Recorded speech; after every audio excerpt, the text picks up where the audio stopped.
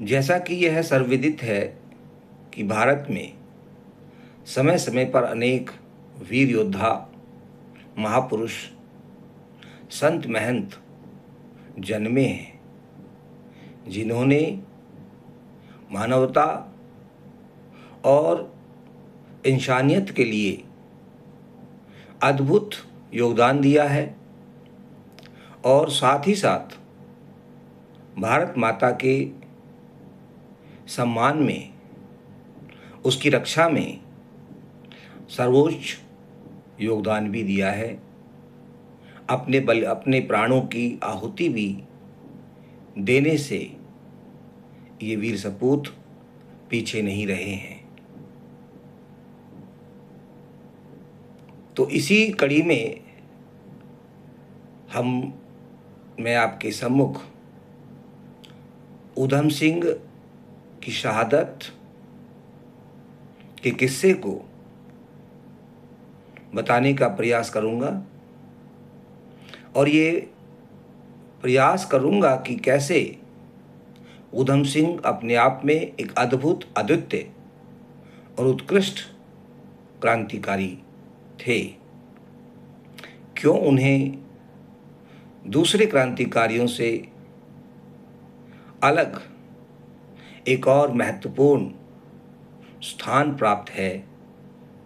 तो आइए हम उनको नमन करते हुए उनके जीवन और उनके योगदान को जानने का प्रयास करें। अंग्रेजी अधिकारी माइकल ओडवायर को उनके ही देश में अर्थात ब्रिटेन में जाकर मारने वाले ऊधम सिंह को सिर्फ किताबों में ही जाना जाता है। इतिहास में उन्हें वो जगह नहीं मिल पाई लंबे समय तक जिसके वे असली हकदार थे। मानवता के बर्बर दुश्मन को उन्होंने 7 समुद्र पार जाकर और उन्हीं के घर में मारने का काम किया। और वो एक महान और साहसिक कारनामा था कि किसी विदेश में जाकर के और उन्हीं के घर, उन्हीं के लोगों के सामने वीरता का प्रदर्शन करना, अपने शौर्य का प्रदर्शन करना, ये बहुत ही अद्भुत, अद्वितीय और उत्कृष्ट कारनामा था जो शहीद ऊधम सिंह ने किया। लेकिन जाति उनके गुणगान में बाधा बन गई। क्रांतिकारी ऊधम सिंह का जन्म पंजाब के संगरूर जिले के सुनाम गांव में 26 दिसंबर 1899 को एक गरीब मजदूर और दलित परिवार में हुआ था। परंतु निडरता, वीरता और साहस ऊधम सिंह की रगों में कूट कूट कर भरा हुआ था। उनके पिता चूहड़ राम व उनकी माता नारायणा देवी पंजाब से मजदूरी करने के लिए कानपुर गए थे और 26 दिसंबर को महान क्रांतिकारी सरदार ऊधम सिंह की जयंती मनाई जाती है, क्योंकि 26 दिसंबर को उनका जन्म दिवस था और 31 जुलाई को उनका बलिदान दिवस के रूप में याद किया जाता है। और दोनों अवसरों पर उनको श्रद्धांजलि अर्पित की जाती है। तो अब हम ये जानने का प्रयास करेंगे कि कैसे जलियांवाला बाग की घटना घटती है और ऊधम सिंह कैसे सही मायने में ऊधम सिंह बनकर के उभरते हैं। एक ऐसे ऊधम सिंह जो न सिर्फ भारत में बल्कि विश्व विख्यात हो गए अपने साहसिक, शौर्य और वीरतापूर्ण कारनामे से, जो उन्होंने विदेशी धरती पर अंजाम दिया। तो जलियांवाला बाग की जो घटना है वो 1919 में 13 अप्रैल के दिन घटी थी। और इससे पहले प्रथम विश्व युद्ध हुआ था। प्रथम विश्व युद्ध के दौरान पंजाब के क्षेत्र में ब्रिटिश सरकार और अंग्रेजों का विरोध कुछ अधिक बढ़ गया था। जब 1914 से 1918 तक प्रथम विश्व युद्ध हुआ तो उस दौरान अंग्रेजों का विरोध बड़े पैमाने पर होने लगा, क्योंकि उसका एक कारण था। और कुछ कारणों में से एक कारण था कि लोगों को जबरदस्ती सेना में भर्ती किया जाता था और उन्हें युद्ध लड़ने के लिए भेजा जाता था ब्रिटिश सरकार के द्वारा। इस तरह से अंग्रेजों का विरोध पूरे भारत में लगभग हो रहा था, लेकिन पंजाब में ये विरोध कुछ खास था। जैसे भारत प्रति प्रतिरक्षा विधान 1915 के द्वारा कुचलने का प्रयास किया गया था। जो विरोध हो रहा था उसको कुचलने के लिए सरकार का एक कानून था, एक विधान था, जिसे भारत प्रतिरक्षा विधान के नाम से जाना जाता था। उसके बाद 1918 में एक ब्रिटिश जज सिडनी रॉलेट की अध्यक्षता में एक सेडिशन समिति नियुक्त की गई थी। सेडिशन का मतलब होता है राजद्रोह, कि किसी व्यक्ति को राजद्रोह का मुकदमा लगा करके उसे गिरफ्तार करो और उसे कैद में डाल दो। तो ये एक जज थे जिनका नाम था सिडनी रॉलेट। उनकी अध्यक्षता में एक सेडिशन कमेटी अपॉइंट होती है और इस सेडिशन कमेटी की जिम्मेदारी ये जानना था, ये अध्ययन करना था कि भारत में, विशेषकर पंजाब में और बंगाल में ब्रिटिशों का विरोध, यानी ब्रिटिश सरकार का विरोध, अंग्रेजों का विरोध, गोरों का विरोध किन विदेशी शक्तियों की सहायता से हो रहा है। इस समिति के सुझावों के अनुसार ही भारत प्रतिरक्षा विधान 1915 का विस्तार किया गया, यानी कि उसको और फिर से एक मॉडिफाई रूप में उस कानून को दोबारा से विस्तृत रूप दे करके भारत में उसको रॉलेट एक्ट के नाम से लागू किया गया। Rowlatt act 1919। अब यहाँ रॉलेट का मतलब सिडनी रॉलेट, नाम जज है, जज के नाम पर बहुत सारे कानून विधान जो बनते हैं, एक्ट जो बनते हैं,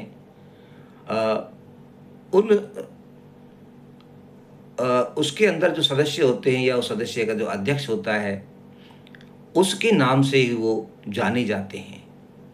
जैसे साइमन कमीशन बाद में जब भारत में आया 1928 में, तो साइमन कमीशन कहलाया, क्योंकि उसका नाम, उसका जो साइमन जो थे उस कमीशन के अध्यक्ष थे। तो ऐसे ही सिडनी रॉलेट की अध्यक्षता में एक कमेटी बनी और कमेटी ने सेडिशन को लेकर के अपनी सिफारिशें दी और उस सिफारिशों के आधार पर एक कानून बना जिसे रॉलेट एक्ट के नाम से जाना जाता है। अब इस रॉलेट एक्ट के द्वारा आज़ादी के लिए चल रहे आंदोलन पर रोक लगाने के लिए कड़े कदम उठाए गए, जिसके अंतर्गत ब्रिटिश सरकार को और अधिक अधिकार दिए गए और परिणाम स्वरूप उन्होंने प्रेस पर सेंसरशिप लगा दी, प्रेस पर रोक। खासतौर से जो भारत के अखबार थे, भारत के समाचार पत्र जो भारतीय भाषाओं में छपते थे, उन सब पे उन पर रोक लगा दी कि कोई भी अब इन अखबारों पर कोई ऐसी खबर, कोई ऐसी उसके अंदर घटना का जिक्र नहीं करेगा जिससे सरकार के विरुद्ध माहौल बने। तो सेंसरशिप कहते हैं इसको। और इसके अंतर्गत वही समाचार पत्र छपेगा जो पहले सरकार के किसी नुमाइंदे को, सरकार के किसी रिप्रेजेंटेटिव को, एजेंट को, वो उस अखबार का जो मजमून है, उसका जो लेखा जोखा है, वो पहले उन्हें दिखाएंगे और दिखाने के बाद यदि उसमें कुछ ऐसा नहीं हुआ जो सरकार के विरुद्ध हो, तभी वो छप सकता था। तो इस व्यवस्था को सेंसरशिप कहते हैं, यानी रोक लगा दी गई। इसके अलावा नेताओं को बिना मुकदमे के जेल में रखना भी अब जो है उसको भी उचित बना दिया गया कि नेताओं को जेल में रख सकते हैं। ओके, उन पर बिना मुकदमा चलाए हुए। ये रॉलेट एक्ट के तहत ये प्रावधान किए गए। लोगों को बिना वारंट के गिरफ्तार किया जा सकता था और बड़े पैमाने पर लोगों को गिरफ्तार भी किया गया। नेताओं को जेल में डाला गया। विशेष ट्रिब्यूनलों और बंद कमरों में बिना जवाबदेही के गिरफ्तार किए गए लोगों पर मुकदमा चलाया जा सकता था। इस सब का भारी विरोध हुआ। इसके विरोध में पूरा भारत उठ खड़ा हुआ और देश भर में गिरफ्तारियों का दौर शुरू हो गया कि इस तरह से कांग्रेस पार्टी जो उस वक्त आंदोलन को लीड कर रही थी और जो भारत के स्वतंत्रता संग्राम के जो बड़े नेता थे, उन्होंने इस कानून को काला कानून का नाम दिया, ब्लैक लॉ, कि ये रॉलेट एक्ट नहीं है, ये ब्लैक एक्ट है, क्योंकि यह भारत के लोगों को कुचलने की नीयत से लाया गया है। भारत के लोगों की आवाज़ को दबाने के उद्देश्य से ये कानून बनाया गया है, क्योंकि यह उनकी आज़ादी को रोकता है। ये उनके समाचार पत्रों पर रोक लगाता है, उनके भाषण पर रोक लगाता है, उन्हें बिना किसी मुकदमा चलाए हुए गिरफ्तार करने के लिए छूट देता है। तो इसका विरोध हुआ। अब इसी विरोध के कड़ी में एक बहुत बड़ा विरोध जलियांवाला बाग में होता है। लोग जलियांवाला बाग में इकट्ठा हो जाते हैं और वहाँ एक घटना घटती है जिसमें सैकड़ों लोग मारे जाते हैं और उस घटना को जलियांवाला बाग हत्याकांड कहा जाता है, जलियांवाला बाग मैसाकर। 13 अप्रैल का दिन था। 13 अप्रैल 1919 को बैसाखी के दिन डॉक्टर सत्यपाल और सैफुद्दीन किचलू की गिरफ्तारी हुई और रॉलेट एक्ट के विरोध में अमृतसर के जलियांवाला बाग में लोगों ने एक सभा रखी, एक मीटिंग बुलाई गई, जिसमें सभी धर्मों के लोग मौजूद थे। ऊधम सिंह भी वहां मौजूद थे और वो वहां पर सबको पानी पिलाने का काम कर रहे थे। वो तरुण अवस्था थी उनकी, युवा थे, जवान थे, और वो भी वहां पर गए हुए थे और उन सभा में मौजूद लोगों को वो पानी पिला रहे थे, क्योंकि अप्रैल का महीना है तो गर्मियां शुरू हो जाती हैं। इसके साथ ही इस सभा से ब्रिटिश सरकार तिलमिला गई। तिलमिलाए पंजाब के तत्कालीन गवर्नर माइकल ओडवायर ने brigadier general Edward Harry Dyer को आदेश दिया कि वह भारतीयों को कुचल दे, भारतीयों को गोलियों से भून दे।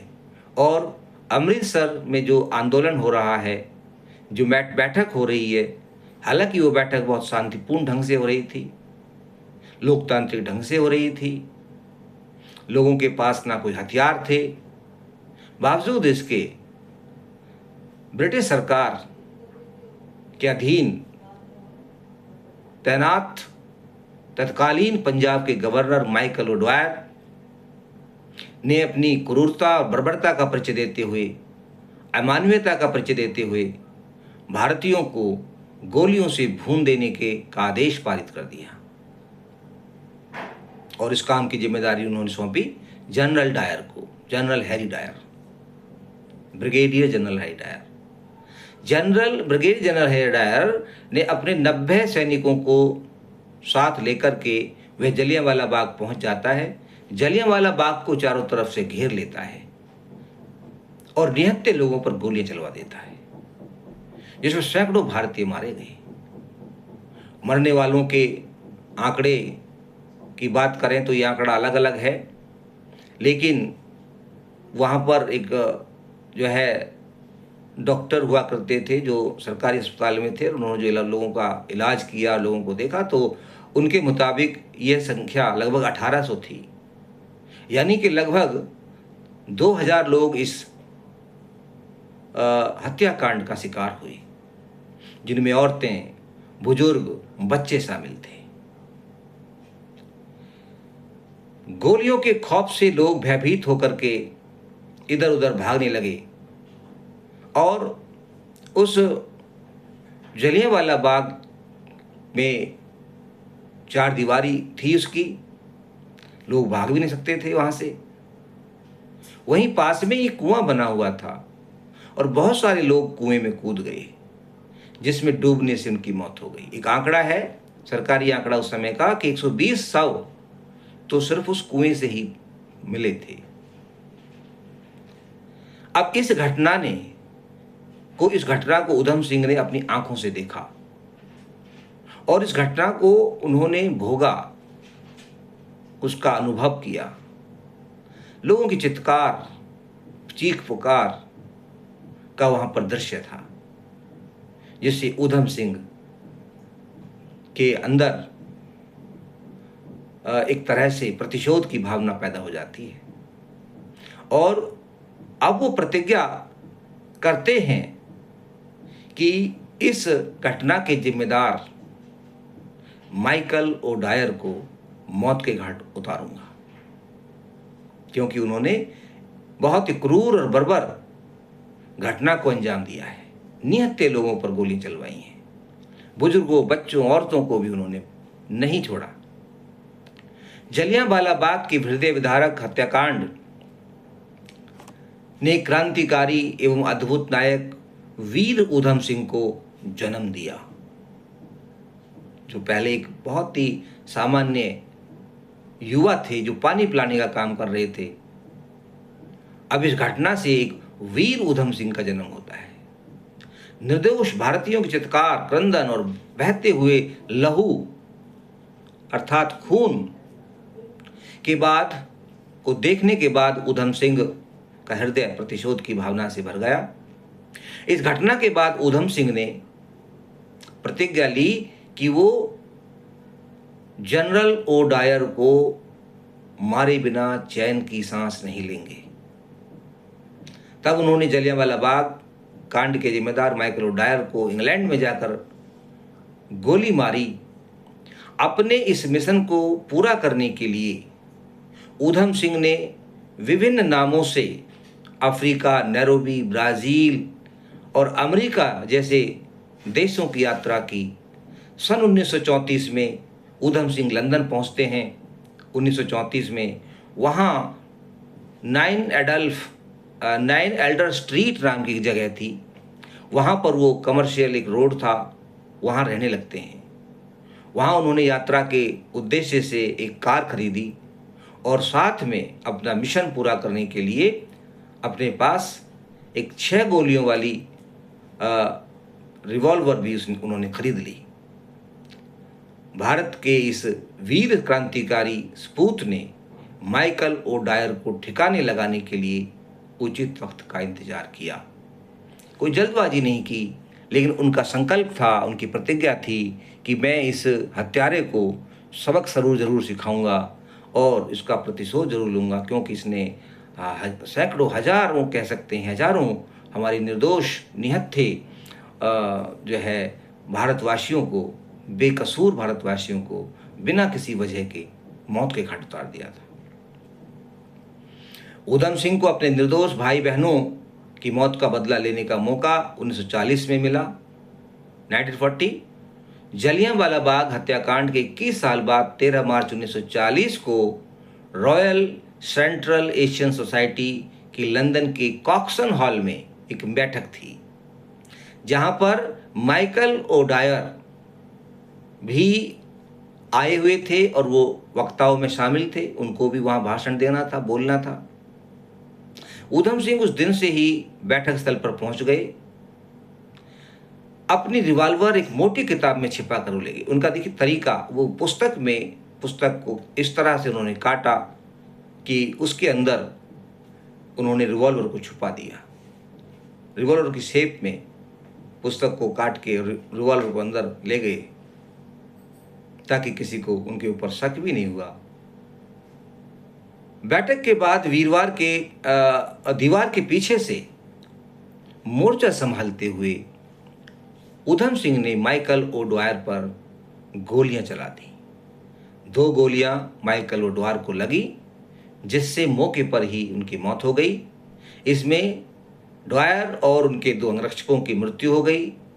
उसके बाद उधम सिंह ने अपनी तरफ से कोई सफाई नहीं दी, कोई उन्होंने पछतावा जाहिर नहीं किया, कोई उन्होंने वहाँ से भागने की कोशिश नहीं की और बहुत ही एक तरह से खुशी से कह सकते हैं कि अपने आप को सरेंडर कर दिया, आत्मसमर्पण कर दिया और कोई सफाई भी नहीं दी कि भाई मेरे से गलती हो गई है या मैंने ऐसा नहीं किया, क्योंकि उन्होंने इंटेंशनली उस काम को अंजाम दिया था और वो लंबे समय से इंतकाम की आग में जल रहे थे। प्रतिशोध की ज्वाला उनके दिल में भड़क रही थी, क्योंकि उन्हें अपने भारतीय भाई बहनों की मौत का बदला लेना था। उन्होंने ये स्वीकार किया कि मैं अपने देश के लिए मर रहा हूं, I am dying for my country. अपनी मातृभूमि के लिए मृत्यु से बढ़कर, उन्होंने कहा कि अपनी मातृभूमि के लिए मृत्यु से बढ़कर मेरे लिए और कोई सम्मान नहीं हो सकता। ये मेरे लिए सम्मान की बात है। मुझे अपनी सज़ा 10, 20 या 50 साल हो या फांसी पर जाने का कोई मुझे फर्क नहीं पड़ता। मैंने अपना कर्तव्य निभाया है।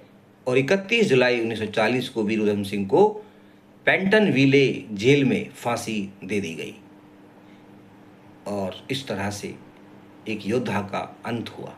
लेकिन उस योद्धा ने, उस अद्भुत, अनोखे, अद्वितीय, उत्कृष्ट योद्धा ने अपने काम को अंजाम दे दिया। अपने लक्ष्य को उन्होंने पूरा किया। जो उद्देश्य वो लेकर के भारत से और 7 समुद्र पार गए थे, उस कारनामे को उन्होंने अंजाम दिया। बाद में 1974 में 31 जुलाई को ब्रिटेन ने उनके अवशेष भारत को सौंप दिए। अब बात करेंगे कि उन्हें किस तरह से सम्मान मिलना चाहिए था या कितना सम्मान मिला और सम्मान के लिए उन्हें क्या क्या भारत सरकार या दूसरी सरकारों ने कैसे उनको सम्मानित किया। शहीद उधम सिंह को सम्मान पुराने समय से ही जातिवाद से ग्रसित समाज ने उन्हें इतिहास में भी सीमित कर दिया, क्योंकि वो दलित समाज से संबंध रखते थे। एक दलित परिवार में उनका जन्म हुआ था। भारतीय इतिहास में उन्हें वह सम्मान और स्थान नहीं मिला जो उनको मिलना चाहिए था। निश्चित तौर पर इतिहास की अगर हम बात करें तो निश्चित तौर पर यह सब उनकी जाति के कारण ही हुआ। दरअसल वे उस जाति और समाज का हिस्सा नहीं थे जिनके हाथों में कलम रही थी या कलम रही है। कलम वालों का इतिहास रहा है कि वे एक तरफा महिमा मंडन करते रहे हैं। तमाम तरह के आडंबरों और झूठों का अब महिमा मंडन करने वाली कलम को असली नायकों के बारे में लिखने में शायद लकवा मार गया।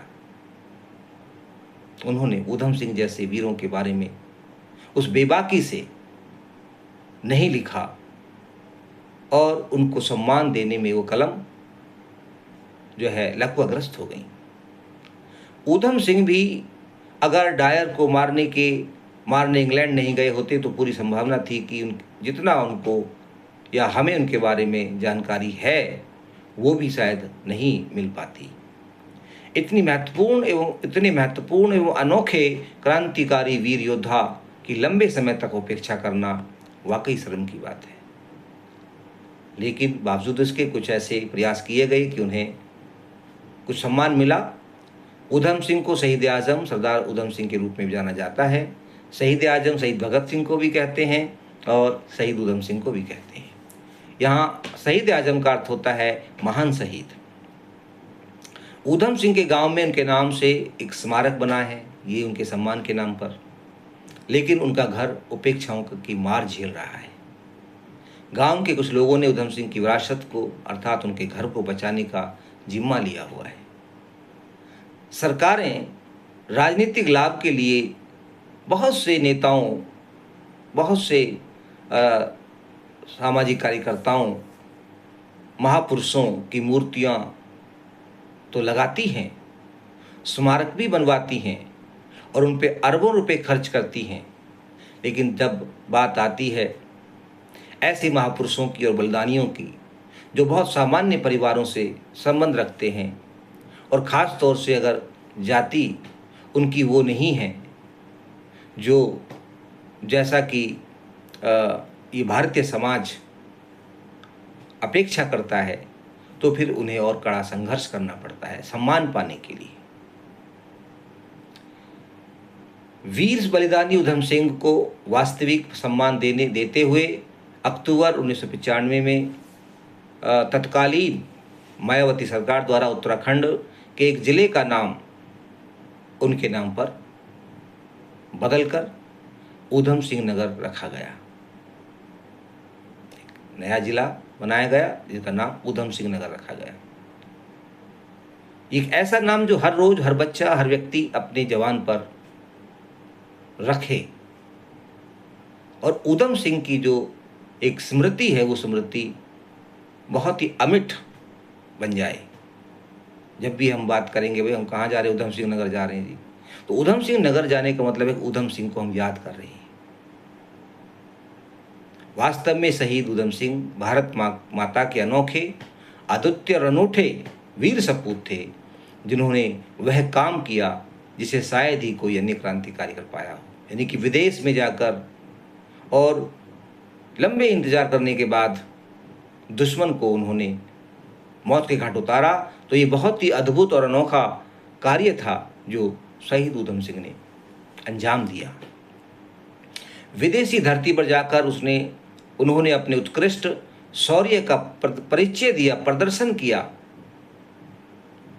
और ऐसा करने वाले उधम सिंह शायद ही इकलौते योद्धा थे।